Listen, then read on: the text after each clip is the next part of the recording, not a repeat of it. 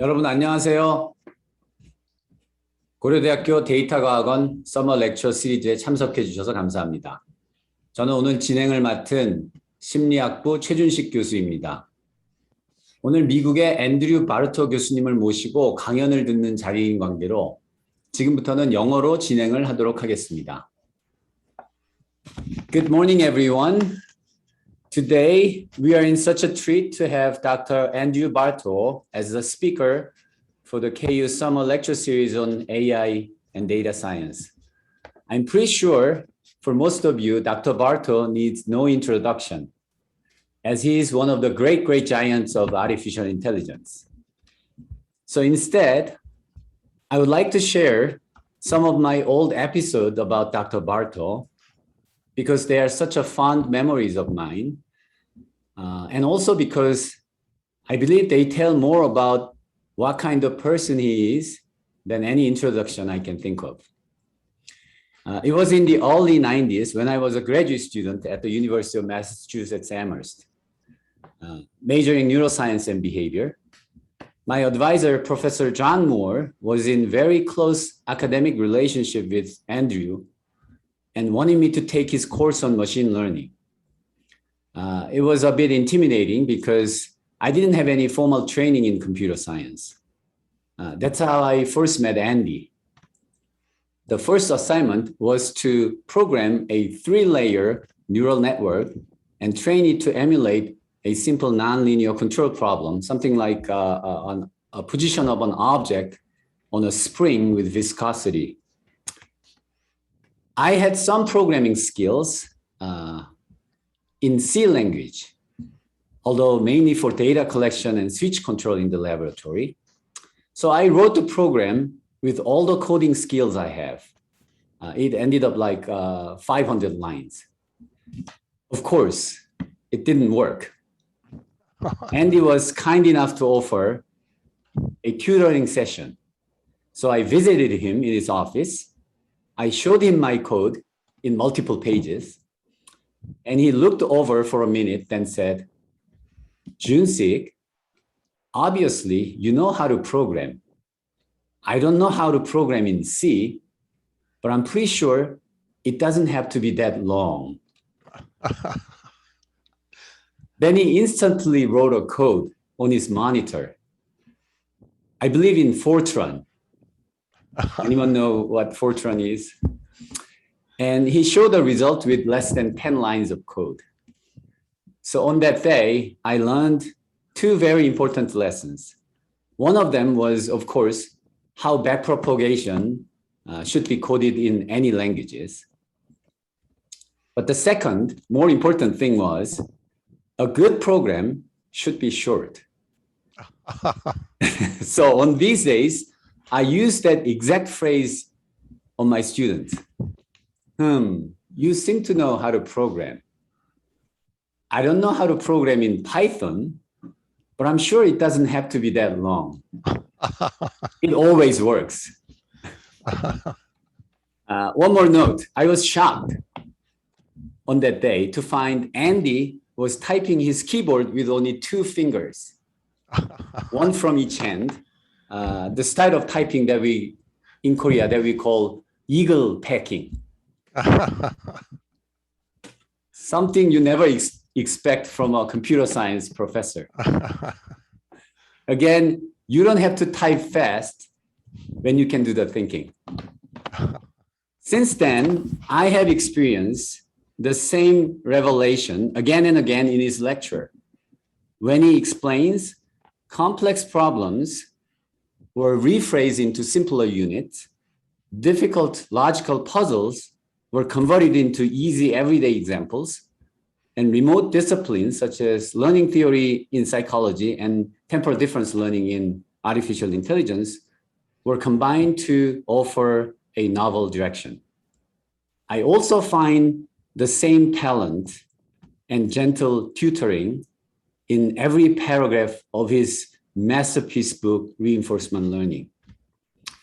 So it is my wish that everyone in this online seminar also experience the same revelation that I had many years ago. So with this, Please join me in welcoming Andy to his first lecture in front of Korean audience. His title is, Can Machine Learning Tell Us Anything About Neurobiological Basis of Learning? Andy? Jun-Sik, thank you very much. Thank you for inviting me. Thank you for that very generous introduction. I don't remember that. Of course not. But thank you very much. It's a pleasure to be able to talk to everyone, even though it's very late at night where I am, but I think I've had enough coffee to keep me going for a while. So with that, I will begin. If I can make sure that I can. Okay, so the rough plan of what I'm going to talk about is here. I'm going to start with a little bit about me, a little bit about my history, and then a little bit about machine learning in general. And then I'll talk about temporal difference learning, which Jun-Sik just mentioned, and its connection to dopamine, which is one of the most interesting connections between AI and neuroscience that I know about. Then I'm going to talk about the hedonistic neuron hypothesis, which is really how I got started in this field, neural actor-critic hypothesis. And then to end, I'll talk about reinforcement learning agents as team members doing multi-layer neural networks and relating that to backprop. So we'll see. That's sort of a speculative current interest of mine. And I want to just say a few things about that. And then finally conclude. So a little bit about me. I got a PhD at the University of Michigan many years ago. And I was lucky enough to be a member of the Logic of Computers group, which supported me as a research assistant. And this group had been there since 1956. And the leaders of it were Arthur Burks, John Holland, and Bernard Ziegler. Arthur Burks was an electrical engineer and philosopher and computer scientist. He actually completed the book by von Neumann on self-reproducing automata. And John Holland is well known as the originator of genetic algorithms. Bernie Ziegler was my PhD advisor who studied modeling and simulation. So the foci of that research group were cellular automata, genetic algorithms, and the theory of modeling and simulation. So I was very interested in all of these subjects. I guess the main point of interest, which I still have, is the idea of being able to specify something with very little information, but have it able to produce complexity, which cellular automata is a very good example of that, because it's the same automaton in each location, but the collection of them can produce very complex activity. So that that interest has stayed with me ever since.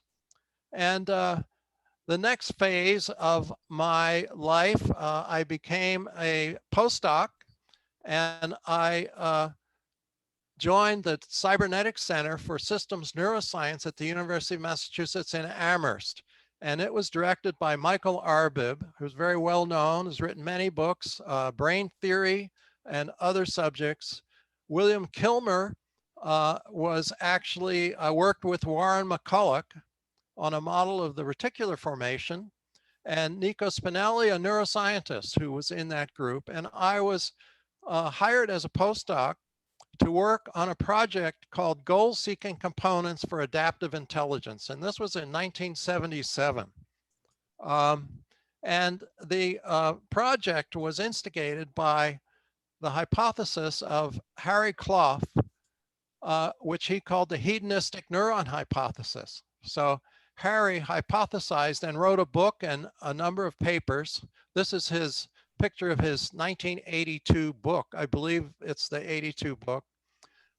But he argued that neurons are individually hedonists that work to maximize a local analog of pleasure while minimizing a local analog of pain.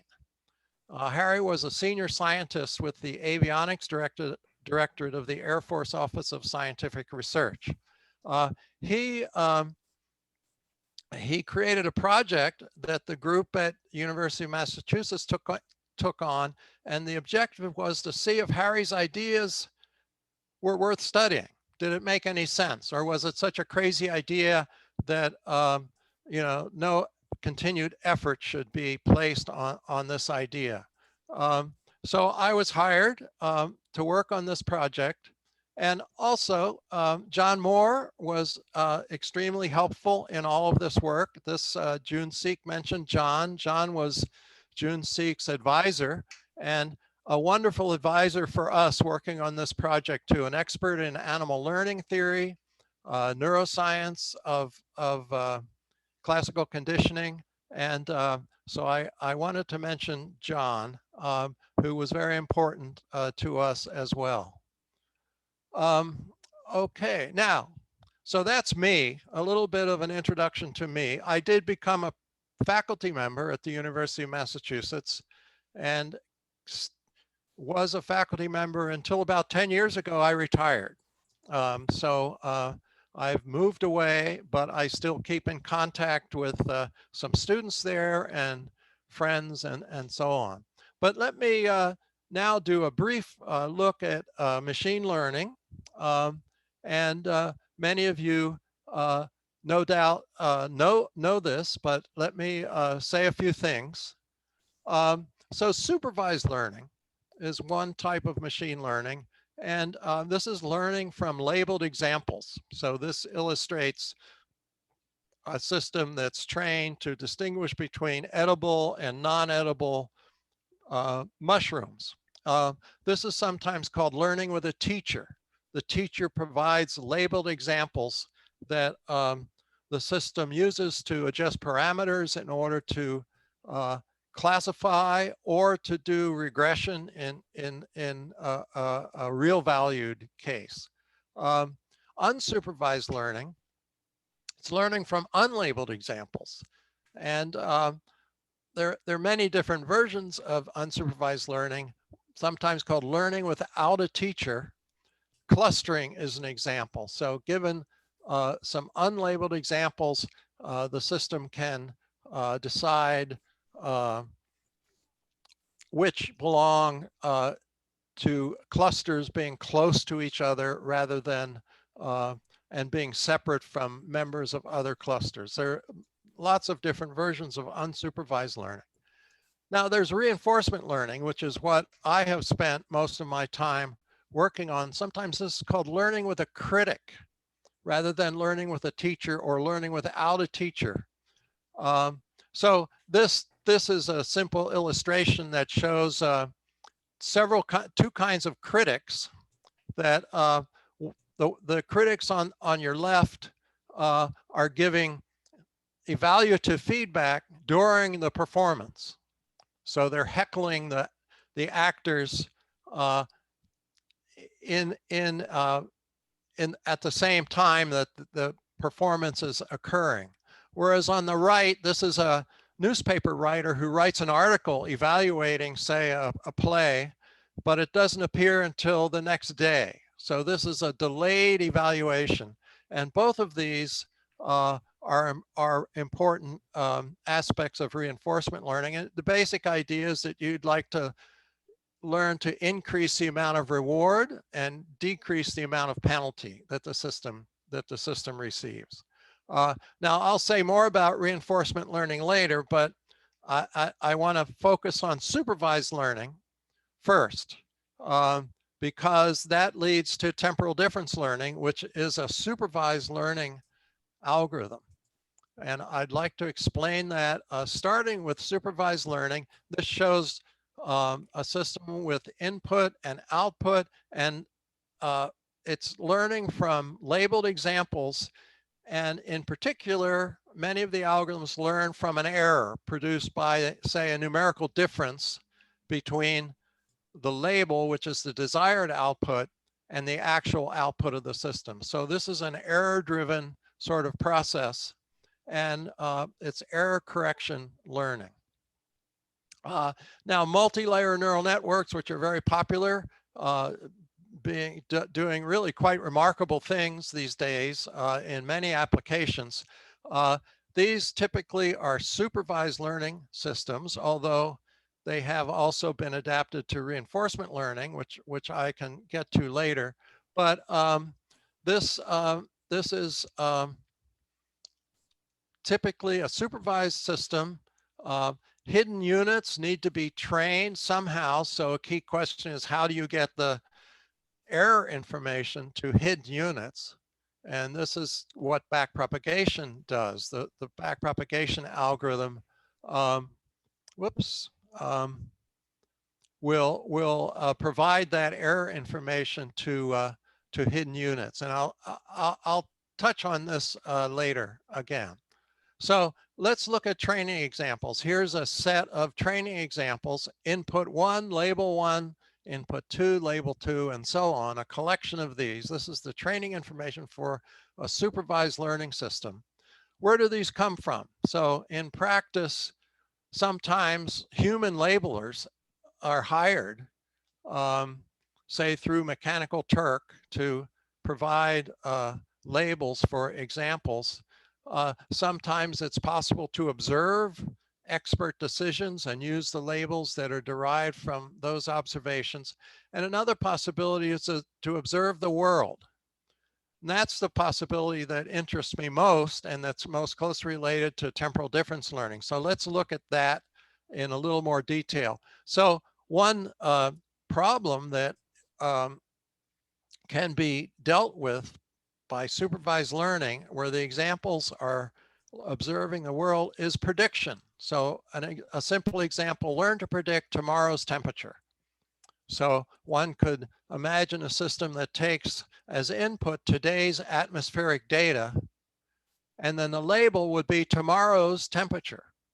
So the label example is derived from observing what is happening in the world, and the error is the same label minus the output. So the error in this case would be the difference between tomorrow's temperature and today's prediction of tomorrow's temperature. And this is an error, so an error reduction process, a supervised learning process, can try to reduce this error and thereby try to predict 1 day ahead's temperature. Now, a clever modification to this is that you can predict your own predictions. So in this case, the input would be today's data, and the label would be not just tomorrow's temperature, but also tomorrow's prediction of temperature. And that would be the prediction of the day after tomorrow's temperature. So the label now is a sum of two predictions that are separated by a day in this case. So the error in this case would be tomorrow's temperature plus tomorrow's prediction of temperature minus today's prediction. So this error is the temporal difference error. And if we look at it a little bit more symbolically, I should mention, so Rich Sutton was my first student, and his thesis really developed this idea of temporal difference learning. And now Rich is a research scientist at DeepMind, and also a professor in the Department of Computing Science at the University of Alberta in Canada. So this temporal difference error can be written as shown here, where R we think of as a reward signal, and then V is a prediction of future reward. And if you rearrange a little bit, you can see why it's called temporal differencing, because it involves a difference between two predictions at adjacent time steps. And if you run this algorithm, what happens if it converges, if the conditions are right for convergence, then V sub t will end up being a prediction of the sum of rewards over the future. And this is what we call a value. And it's really important concept in reinforcement learning. And we'll get to that in a little bit after a few more slides. So temporal difference learning is a very interesting form of supervised learning that's commonly used in reinforcement learning systems, but it in itself is a supervised process. And also Sutton and I, along and with help from John Moore, were able to model many aspects of classical conditioning using this temporal difference using a temporal difference algorithm.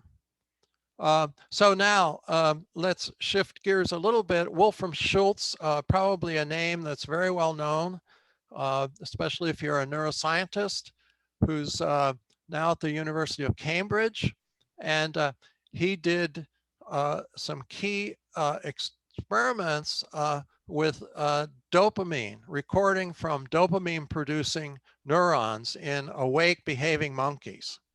And he and his team observed some very interesting properties.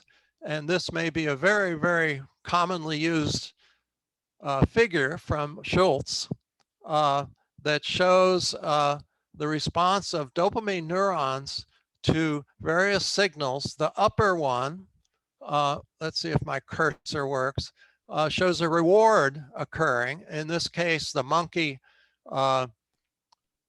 touches a morsel, say a piece of apple in a bin, and the dopamine cells fire burst of activity shortly after that reward.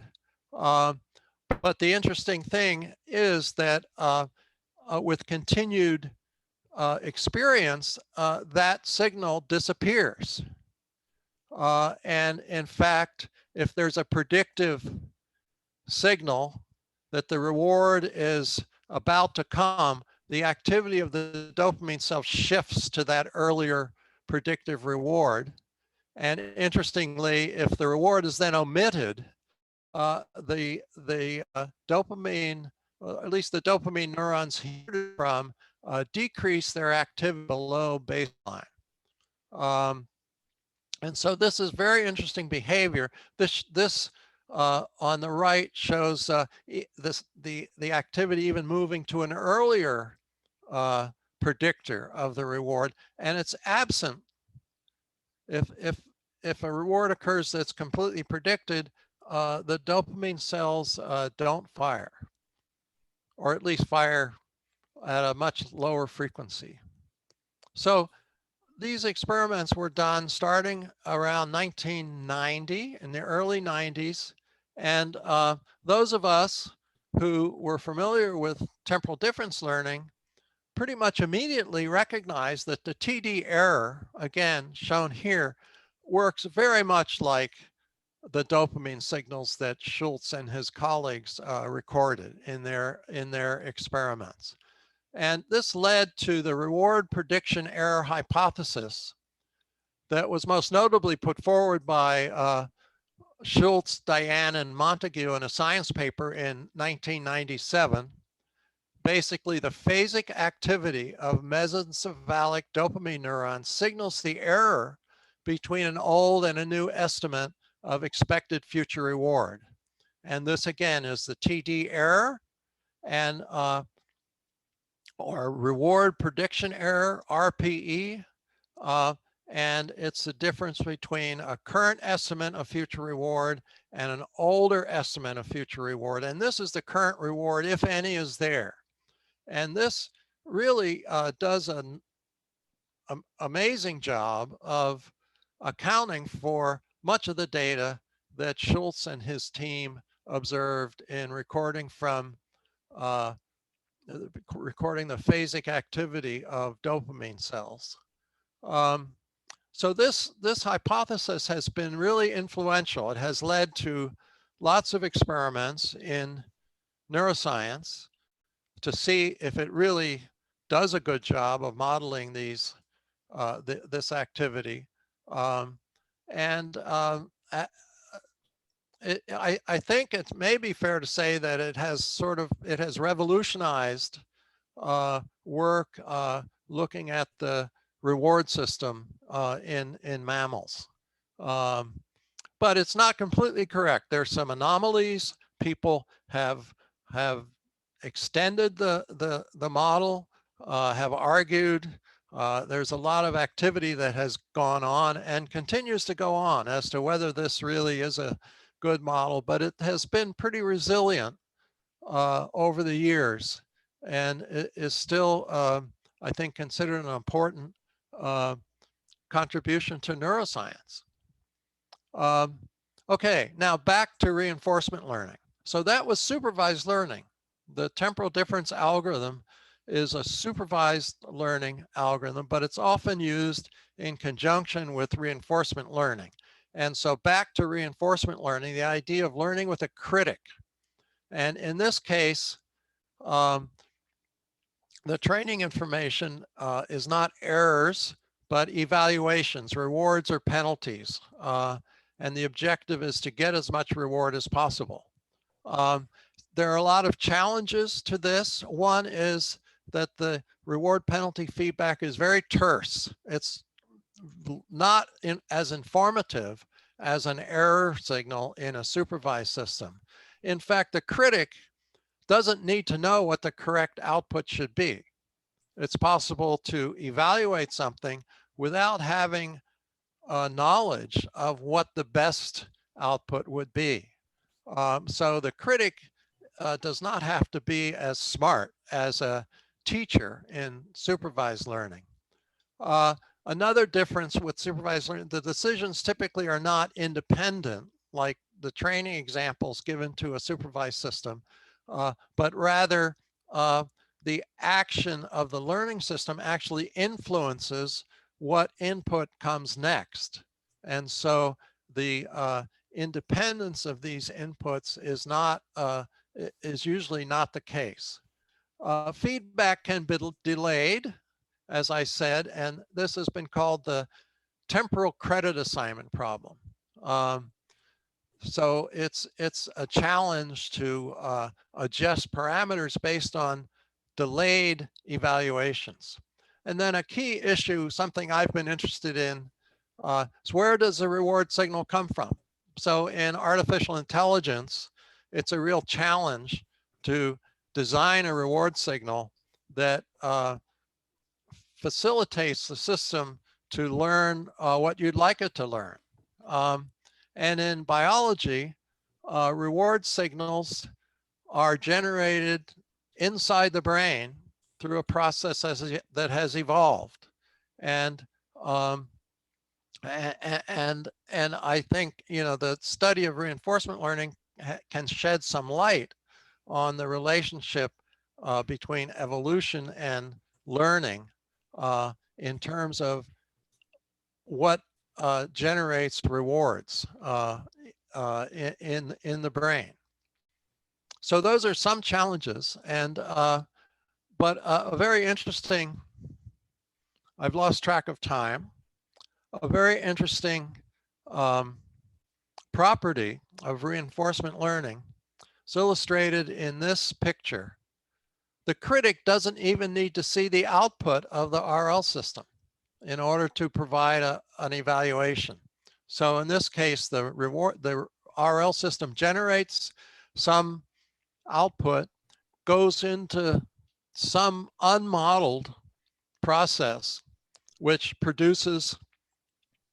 can be observed by the critic.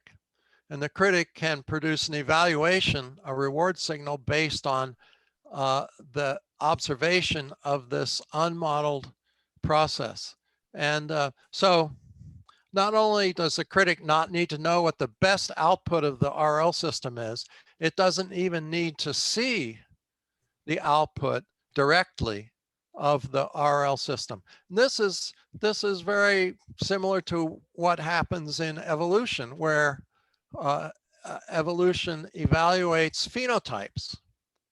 And if you think of this as the developmental process converting genotypes to phenotypes, evolution looks at phenotypes, not genotypes. And so it's an analogous property that reinforcement learning shares with evolution. And it's not surprising because they're both selectional processes.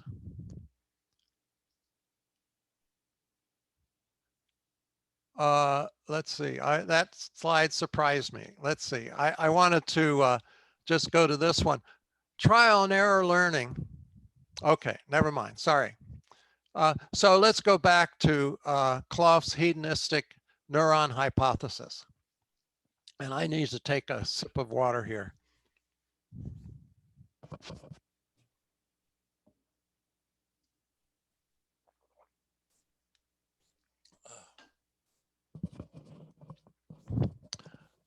So what Clough meant by this was that he argued that neurons implemented a kind of law of effect. And this comes from Thorndike. 1911 is one source, but this is sort of the common sense idea of learning from the consequences of actions. So if several responses made to in the same situation, those which are accompanied or closely followed by satisfaction to the animal will, other things being equal, be more firmly connected to the situation, so that when it recurs, they will be more likely to recur. And those which are accompanied by discomfort will have their connection weakened, so that when it recurs, they will be less likely to occur. And of course, this is the basis of instrumental or operant conditioning, the common sense idea of learning from consequences. And a couple of things are important here. It's not just finding a good action, it's also connecting it to situations. And so it's a combination of search and memory, which is an important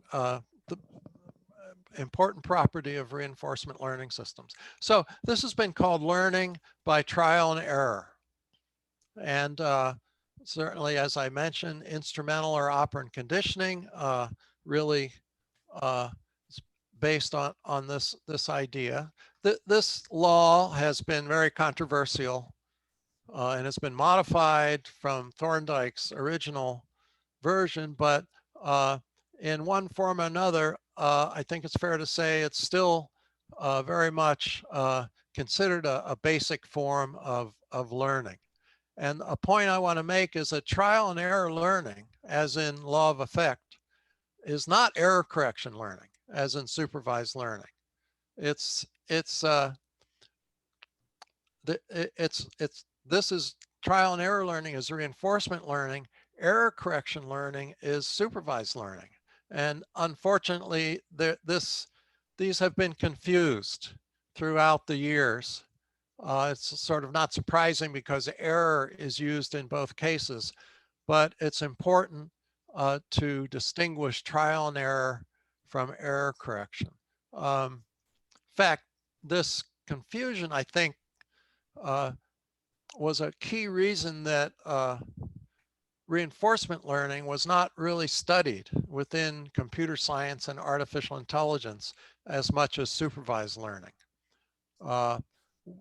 And it was really, I think a lot of people felt that error correction was the same as trial and error. And it importantly is not. Okay, so Clough's specific hypothesis about neurons was that synaptic plasticity implements a kind of law of effect. So he hypothesized that when a neuron fires an action potential, all the synapses that were active in contributing to the action potential become eligible to undergo changes in their efficacies or strengths.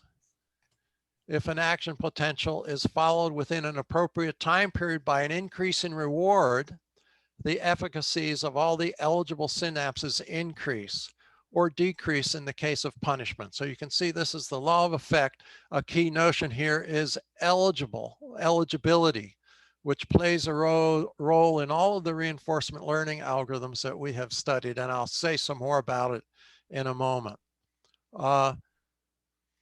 So Clough hypothesized that what neurons really liked was to be depolarized. And we didn't think this made much sense. And so we explored using the TD error delivered to the neuron rather than simply the increase in membrane potential. So the TD error acts as a measure of this satisfaction or dissatisfaction. So the other thing that was important in what we did is we added random activity, because one, in trial and error learning, there needs to be a source of variety, which in natural selection and evolution, populations are sources of variety. And in the neural network models that we made, we introduced noise into the neuron-like units so that they would try different things that could be selected on the basis of the evaluative feedback provided, in this case, by the temporal difference error. So, as I mentioned, a key feature of Clough's idea was the eligibility of synapses. There are related ideas by others hypothesizing about how synaptic plasticity may work in certain cases. And eligibility is, in general, it's a synaptic tag. And so some people talk about tagging synapses, which Clough regarded this as making them eligible for being modified by a evaluation signal or a reward signal that comes later. So evaluation or eligibility has to be some sort of trace of past activity. And we think it's important to distinguish between two kinds of eligibility. And this picture is intended to show both kinds. So contingent eligibility, what conditions make a synapse eligible for modification? A contingent eligibility requires a combination of pre and postsynaptic activity. And this is like a Hebb learning rule, but instead of the product of the presynaptic and postsynaptic activity changing the efficacy, it initiates eligibility. And that's illustrated in this picture. Presynaptic action potentials, postsynaptic action potentials, when they coincide, it initiates a trace that can last for many hundreds of milliseconds. Now this picture is artificial because in reality, there needs to be a bit of time between the presynaptic and the postsynaptic action potential, because an important feature is that the presynaptic input should be at least partially causal of the postsynaptic activity. So there needs to be an activation interval in here, which is ignored in this picture, and is ignored in most of the theory that reinforcement learning theorists use too. But in neuroscience, there is an activation interval, but it's really short compared to this interval. This may be hundreds of milliseconds, but maybe 10 milliseconds or something like that in terms of the activation time. So that's a contingent eligibility. And it leads to a three-factor learning rule, namely presynaptic, postsynaptic, and then some indication of a reward neuromodulator, perhaps dopamine, coming somewhere within this period of eligibility. So non-contingent eligibility is triggered only by presynaptic activity. So the picture would, in this case, there would be another trace of eligibility just generated by presynaptic in the absence of the postsynaptic the activity. And this, we call this a non-contingent eligibility rule. And the plasticity in this case would involve a two-factor learning rule, presynaptic activity and then a neuromodulator. Postsynaptic activity is not necessary for that kind of eligibility. So these are very abstract notions. And if one were really trying to model neurons, a lot more detail would need to be included. I find it particularly interesting that spike timing dependent plasticity, which has been well studied these days, but a very interesting possibility is to initiate eligibility traces under the spike timing condition with preceding postsynaptic activity. And instead of changing the synaptic weight, as in spike timing dependent plasticity, the condition would initiate an eligibility trace. So that's one way of dealing with the activation time required for contingent eligibility traces. Okay, so why is this important? Why is this distinction important? One way of arguing its importance is to consider what has been called the actor-critic architecture. And this is something that we introduced in 1983 as a learning control system. And this was the sort of infamous pole balancing example that we produced. But the basic idea is that there's a part of the system which we call the actor, which is the reinforcement learning component. It generates activity and it uses the TD error to adjust the policy. And the policy is a rule for generating that activity, according to the law of effect. At the same time, another component of the system, which we call the adaptive critic, computes via temporal difference learning a prediction of future reward, and it uses the TD error to drive that learning process also. So the TD error is actually influence the learning of the policy and also the learning of the critic, and we call this the value function gives the prediction of future reward. And what's interesting, I think, from a neuroscience point of view, is that this signal, which may correspond to a phasic dopamine signal, is used in these two different ways. And the difference is that the actor uses contingent eligibility traces, whereas the critic uses non-contingent eligibility traces. So the same TD error is used in both cases, but it does different things. In fact, the policy, the RL law of effect, is trying to keep the TD error as large as possible, whereas the value function computation is trying to reduce it to zero. because when it's 0, that means the prediction's correct. So it's really a function of the eligibility, whether it's contingent in this case or non-contingent in this case. So now you can consider both of these as part of a reinforcement learning agent interacting with this environment. So now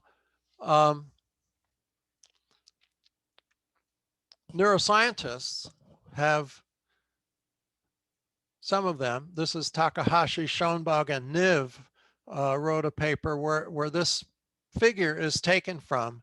And it's really the actor-critic shown here as an abstract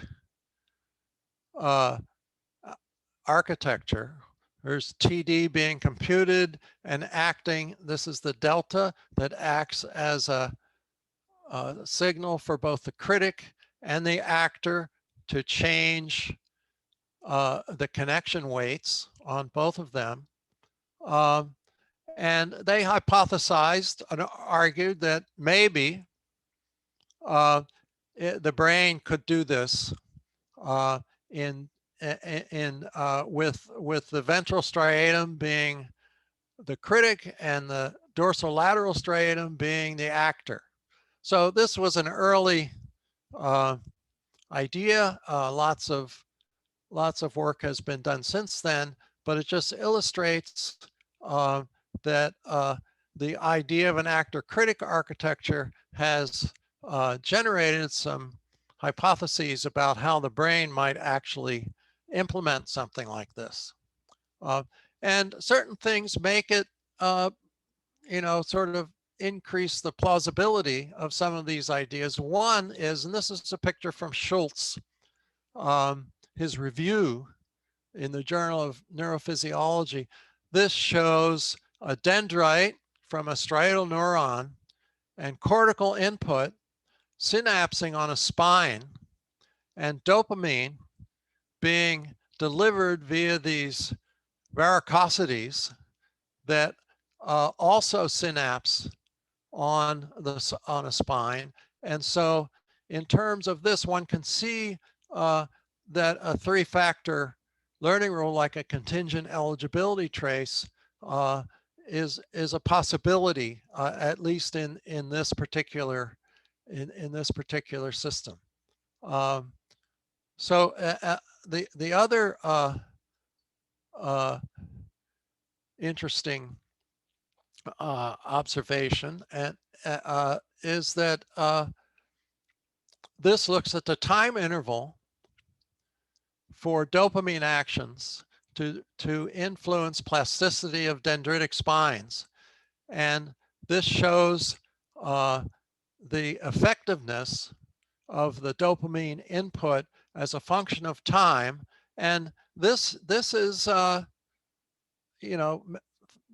this is like a half a second. It's much longer than the activation time. So this fits very nicely with the idea that there is some sort of eligibility that bridges that time interval and lasts for half a second or multiple seconds in this case. And these are seconds, so this actually lasts up to 5 seconds. So this is very interesting. And, let's see. Another interesting thing. I'm sorry, I've sort of lost my thought here. Let me take a sip of water.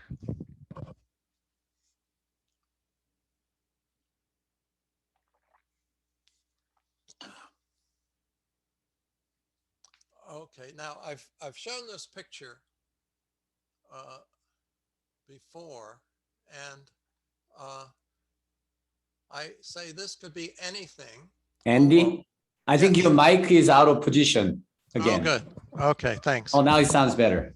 Thank you. Okay, and I'm losing my voice too, so we'll see. So I showed this picture before, but it actually is a very interesting property of reinforcement learning and leads to the possibility that you can train networks of neurons by broadcasting a reinforcement signal to units. And if these units are reinforcement learning units in the sense of implementing a kind of law of effect, and they have variety or noise in their activity patterns, this actually is a type of system that does allow learning in layered networks or recurrent networks, as shown here. And we regard these units as a team of reinforcement learning. They're a team because they're all receiving the same evaluation signal. And so this has been one hypothesis about how learning might occur in the brain instead of by backpropagation.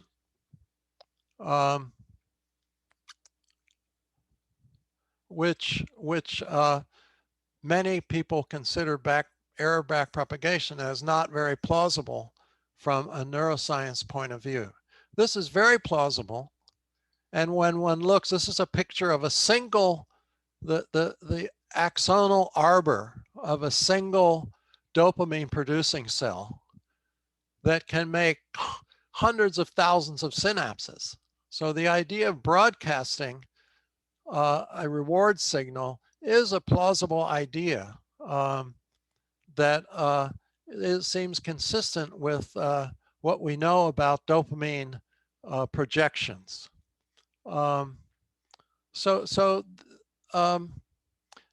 Another interesting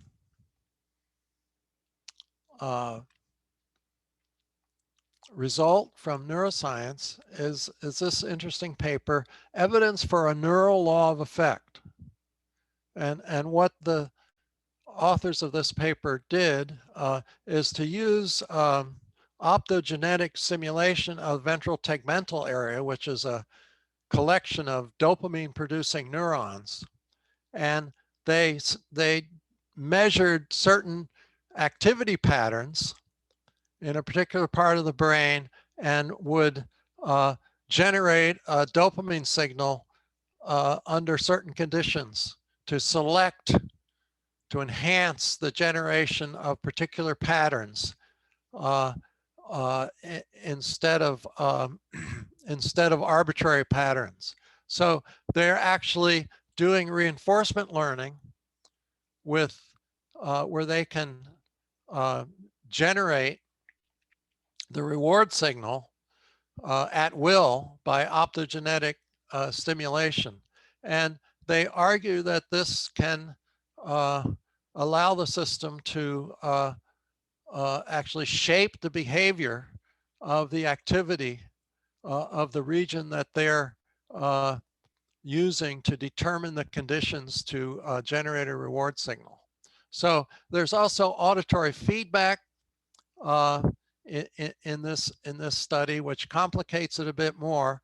But basically, this is a demonstration of a neural law of effect, because they're really doing this. They're doing reinforcement learning using VTA neural activity as the reward signal. Now, let's see. Now, I want to mention that the first computer simulation of an artificial neural network on a digital computer, and I think, I'm pretty sure this is correct, that the first one is 1954, Farley and Clark, a paper in the Transactions of the Institute of Radio Engineers Professional Group on Information Theory, simulation of self-organizing systems by digital computer. Now, there were earlier work with artificial neural networks, but they were not on a computer. So Farley and Clark actually programmed a computer to do this, and their network was basically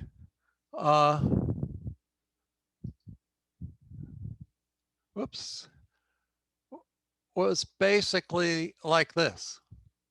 They broadcast a reward signal to all of the elements in the network. I think they worked with networks up to 64 units. And they were able to show actually very similar to this 2018 paper done with an actual brain. So this is a kind of a classic paper, and now what's interesting is this work was not followed up particularly because Farley and Clark became interested in generalization, and they shifted, and subsequent work by others like Rosenblatt's perceptron focused on supervised learning, which is a lot quicker than reinforcement learning. But this was a recurrent network trained by a broadcast reward signal, and very interesting non-backprop way of training a network. However, there's a big problem in doing this, which is well known. We think of it as the variance problem. It's very slow. It's very slow, and it slows quite radically as the number of units in the team gets larger. As you add more units, the learning rate decreases, and it's easy to see why, because the reward signal is evaluating the collective behavior of all of those team members, and so looking at it from the point of view of any one of those individual team members, that reward signal is extremely noisy because it's being perturbed by the action of all the other team members. In fact, it's a very difficult spatial or structural credit assignment problem, which backprop solves by backpropagating error signals, and backprop is much more quick, fast to learn. So this is why this idea of a team of reinforcement learning system has not played a role in any of the examples that we know today of deep neural networks solving all sorts of very difficult, interesting problems. So this variance problem is something I'm quite interested in, and I think, whoops, I'm going, I think one way of possibly dealing with this is to grow the network as learning takes place. Start with a few units, add more units, and this may be a direction that not only is realistic from a biological point of view, but may help reduce this problem of slow learning by these networks. So, and there are lots of possibilities for dealing with this variance problem. So hedonistic neurons, who knows? I started by joining this project that was directed to see if Clough's idea was worth studying, and we concluded that indeed, with some modifications, it was worth studying, and it really led to all of this work that we've been involved in and others in reinforcement learning, which I think has very close ties to neural systems. And I've tried to illustrate that in this talk, talking about the Schultz experiments with dopamine being related to temporal difference errors, work showing that neurons seem to implement a kind of law of effect in experiments that are similar, that are basically reinforcement learning experiments. So hedonistic neurons, who knows? But I think it's actually quite plausible, and we'll see as work continues. All right, let me end. These are some of my students. This is Rich Sutton, my first student, Chuck Anderson, Satinder Singh, and many others. These guys are heading the lab that I used to head, and George is a professor at Brown. I miss all my students, having retired, but I think anything that I've been able to accomplish would not have been possible without these very, very bright people. And with that, I think is the end. It is. So thanks for listening. And I'm still awake, more or less. But I think June Seek said there's time for questions.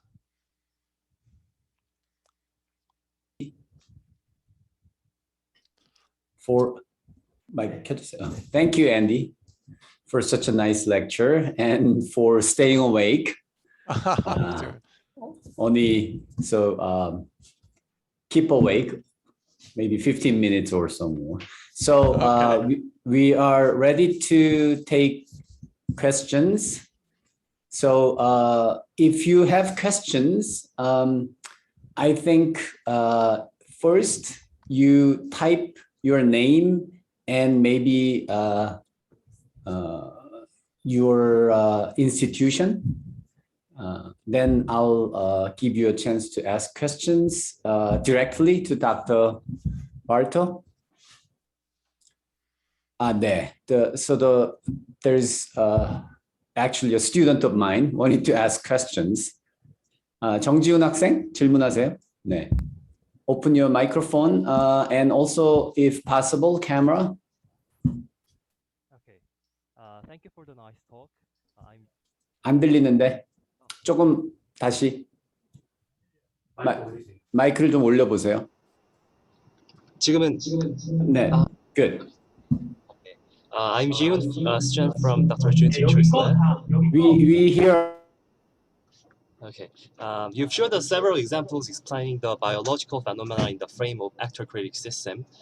Is there any advice doing the reverse work? So my main research goal is using the idea in neurobiological basis for learning to ML algorithm. So generating a new agent algorithm from the neurobiological phenomena. So I didn't quite get the question. Your question, June. Okay. So you've showed us that explaining the biological phenomena in the frame of ML algorithm. But what I want to do is doing the reverse work, making a new algorithm from biological phenomena. Well, I think that's a very good direction. I think you know, these abstract machine learning algorithms don't have the complexity of biological algorithms, and I think there are many things that are seen in the biological case that could improve the algorithms in terms of, you know, just in terms of machine learning. I think one can try to adopt more biological methods and actually perform better than the simple methods that that I talked about and that other people use. I should say that there's been so much interest in reinforcement learning in the last few years, largely because of the success of AlphaGo, the Go playing program, or AlphaZero from DeepMind, that there are many, many different approaches to reinforcement learning, different algorithms. And I probably in some of those cases, the methods are motivated by biological considerations. So I think that's a really good direction for you. I think lots of things can, for example, these algorithms have lots of hyperparameters that have to be adjusted in order to run simulations. But, in the biological case, the hyperparameters are adapted along with the usual parameters. So that there are a lot of fruitful directions, I think. So it's a very good avenue for work, I think. Thank you. Okay. Andy, there's a question from another student, but it's written in Korean, so I'm going to translate it for you. Okay. This is from Baek from Korea University. So both RNN model and TD model have adopted temporal dimension. So the sense of time is reflected upon those both models. The question is how they are related to each other, RNN and TD model. Is one simple modification of another, or are they sort of independent from each other? So I'm not sure I'm not sure of what two models the question refers to. What is the RMM? Recurrent neural network. It's I think it's recurrent neural network model, RNN. Recurrent RNN. Okay, so Yes. How are they related? Well, the temporal difference algorithm is a particular method for adjusting connection weights in a neural network, and the network can take many different forms, and some of them can be recurrent neural networks. So they're related only because they're dealing with different. One is network architecture, and the other is a learning rule. So I think they can be combined in studying applications of TD learning to other kinds of network architectures. I don't know if that answers the question, but the best I can do at the moment. Yeah. I think it answers the question very well. Okay. At least for me. So, okay, so there's another question from a student, psychology student, Seong. So she is asking, in humans, there's a negative reward and positive reward, and those are not necessarily symmetrical. So negative rewards sometimes much stronger effect on human and animal behavior. So how is this kind of difference, contrast, reflected upon reinforcement learning theory? That's a really good point. Typically, it isn't reflected in the algorithms, and it's an example where the algorithms can be improved by being more faithful to what is actually seen in animal learning, which is clearly the law of effect. The symmetric form has been shown to be incorrect one of the first criticisms of it is the symmetry is really not reflected in actual learning. So I don't know if variants of reinforcement learning algorithms employ that asymmetry, but it can. I suspect it can actually be a direction for improving the algorithms. It's a case where what is observed in animal learning can strengthen and improve these machine learning algorithms. So it's a very good point. So Andy, follow up on that question. Is there anyone in computer science, artificial intelligence who's working on sort of negative reinforcement? Negative reinforcement. Like that produces negative emotions such as fear, avoidance, those sorts of things. Oh, yeah.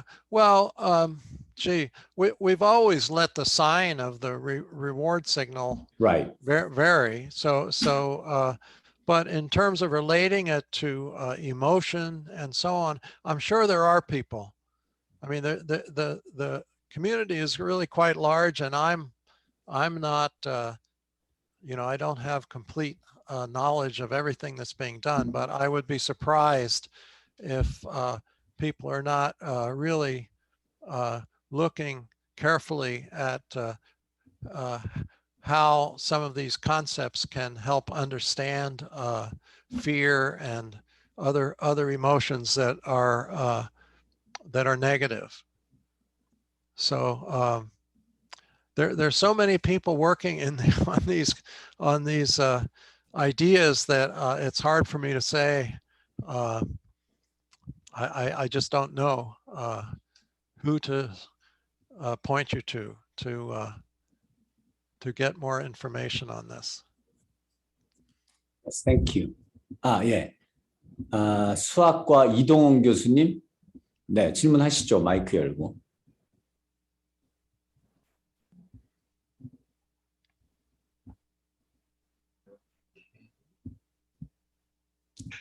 네, 이동훈 교수님. Right, Andy. Hi. Can everybody hear? Yes, 잘 들립니다. Oh, okay. Well, thanks, Andy, for the nice talk. I really appreciate it. And quickly introducing myself, I recently graduated from Princeton under supervision from Warren Powell. Probably you should know him. Oh yeah. Yeah. And I know he always asks things about state variables, and probably this is I guess my chance to ask something related to that. Usually state variable is has some sort of a minimal dimension variable that can be used in the reinforcement setting, and I wonder whether that concept of minimal is related, or more like is it as relevant as before, since nowadays over parameterized or over specified models with a very large dimension tends to dominate the actual practical performance in a lot of applications. I think I understand your point. Well, I would think going for a minimal state representation would be ideal if one can achieve that. Right. It would make things lower dimensional, learning would be faster and so on, but usually not practical to do that. And so I think you're right that using these high dimensional, and since there are methods that can deal with high dimensions, some of these techniques are can be employed in applications. But ideally, it would be great to have minimal state representations. But in fact, the whole concept of state with regard to, in reinforcement learning, we use the control engineering idea of state, but in biology and in applications, that's an ideal that is hard to achieve, to obtain true state information. And certainly minimal state information is even more difficult. So people have been thinking about alternate ways of dealing with the idea of state, rather than dealing with the classical state idea to actually deal with histories and so on. I know people have been thinking about departing from that classical state, and that might be useful from a biological point of view and also for applications. So you were a student of Warren Powell? Indeed, yes. I graduated in 2019. Okay, so if I recall, he was doing transportation systems. Oh, indeed, yes. That was his major application. Is he still doing those? Not that much as far as I can recall. Uh-huh. It's more onto the what is it, drones, and now more of a multi-agent systems, things like that. Oh, interesting. Oh, great. Well, thanks a lot for your answer. Okay, well, good question. 자, 또 질문하실 분 있으신가요?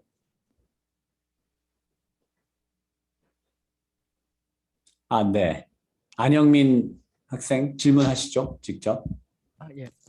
Thank you, Professor, for such an inspiring lecture. I am An Hyung-min, a graduate student from biomedical science major, and I am making cerebral organoids out of human stem cells. Cerebral organoids are artificial in vitro neural circuit, and I know there are very distinct innate neural circuits arising from our own genetic developmental programs, and it's my work to implement some of those circuits. From your lecture, I think you implied that for RL broadcast to be possible, you need a dedicated neural circuit parts for the critic part. I wonder if what I understood is correct. Well, the critic algorithm and the law of effect algorithm are different algorithms.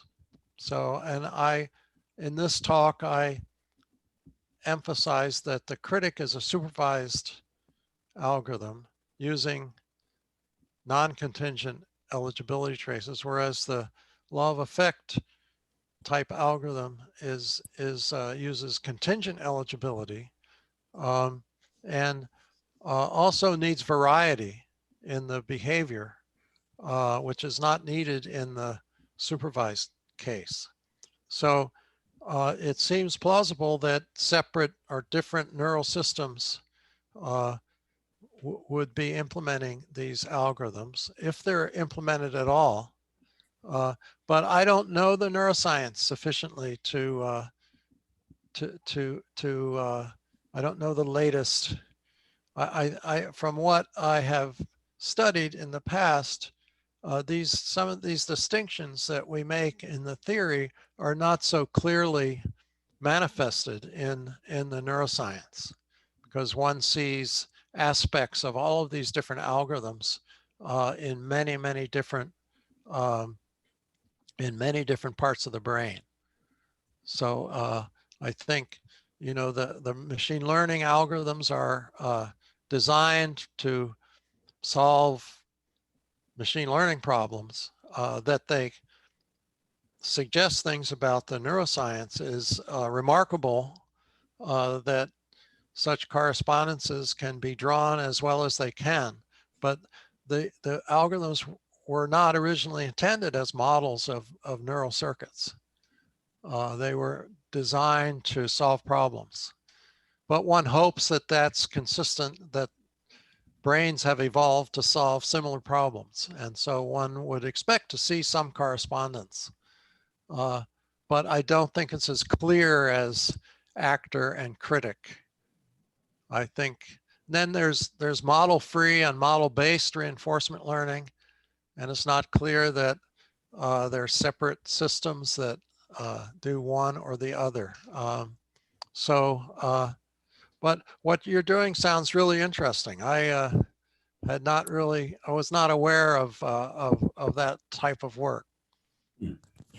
Andy, if I add a comment, so he's growing a sort of artificial neural network in a sense, artificial in a sense that it is not natural, right? Yeah. So I think one of the points that he's asking is that would that network need a critic element to function, to provide a useful function?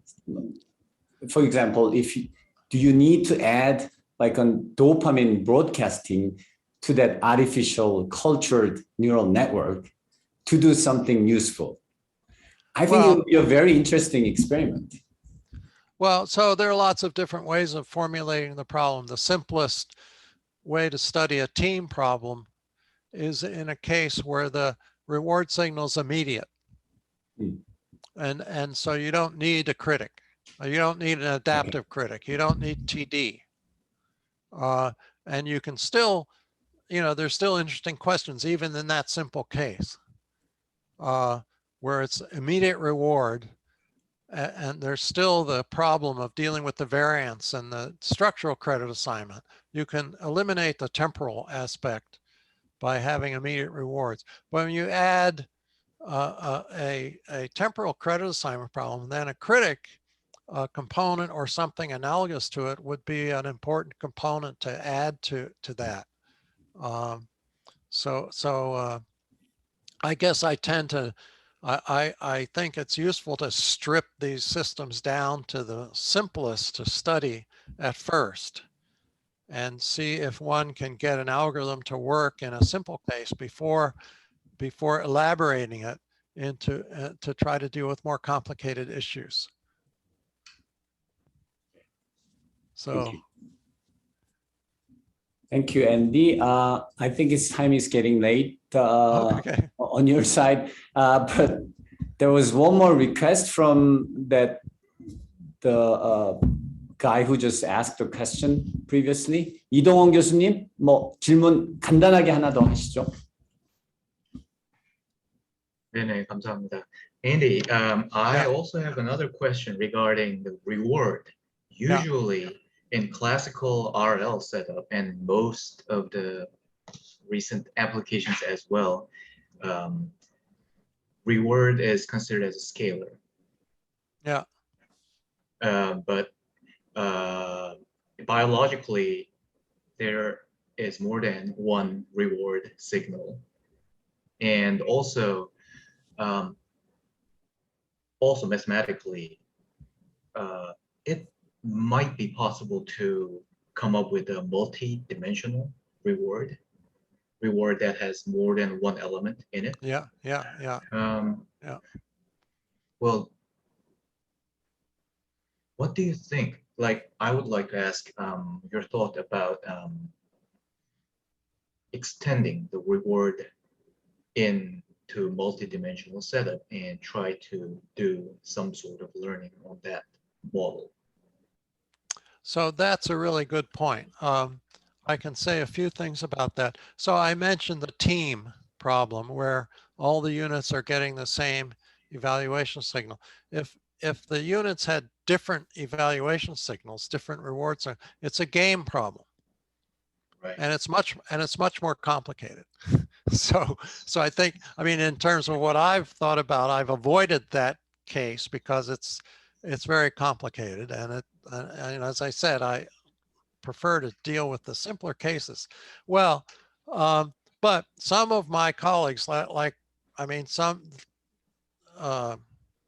think Rich Sutton would argue that you don't.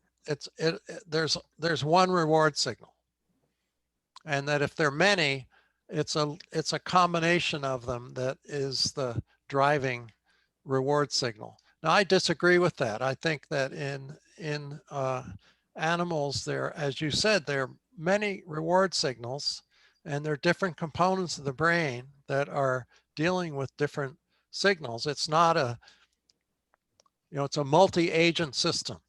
It's not a single reward signal. But the issues get really complicated very quickly, Right. But very interesting to deal with multi-objective optimization, and some people have done it. I can't really cite studies, but it's an obvious way to extend this to multi-criterion problems. So yeah, it's a very good point. Yet another limitation of the simple framework that has become so popular. So very good point. Okay, it's almost 90 minutes since Andy started talking. I hope you enjoyed as much as we did listening to your lecture, interacting with Korean audience, Andy. Well, it was a pleasure. I hope I was understandable. I have a bit, it's late at night here, and my caffeine is running out. But I appreciate everybody's attention. And thanks again, Jun-Sik, for inviting me. Yes. Well, thank you, Andy. I'm sorry for keep you awake. Oh, it's all right. But for us, it was such a special learning opportunity. And I think although it took more than I expected, it would have taken 10 times longer by any other person. So thank you very much. Although you cannot hear, I'm sure all the audience are sending you applause. Oh, thank you. Thank you. My Thank you. pleasure. Thank you. All right. Good So- afternoon. Well, thank you, Andy. Good night. Right. Good night. You can log out. Yeah. I'll wait until you do. Oh, now I have to find it.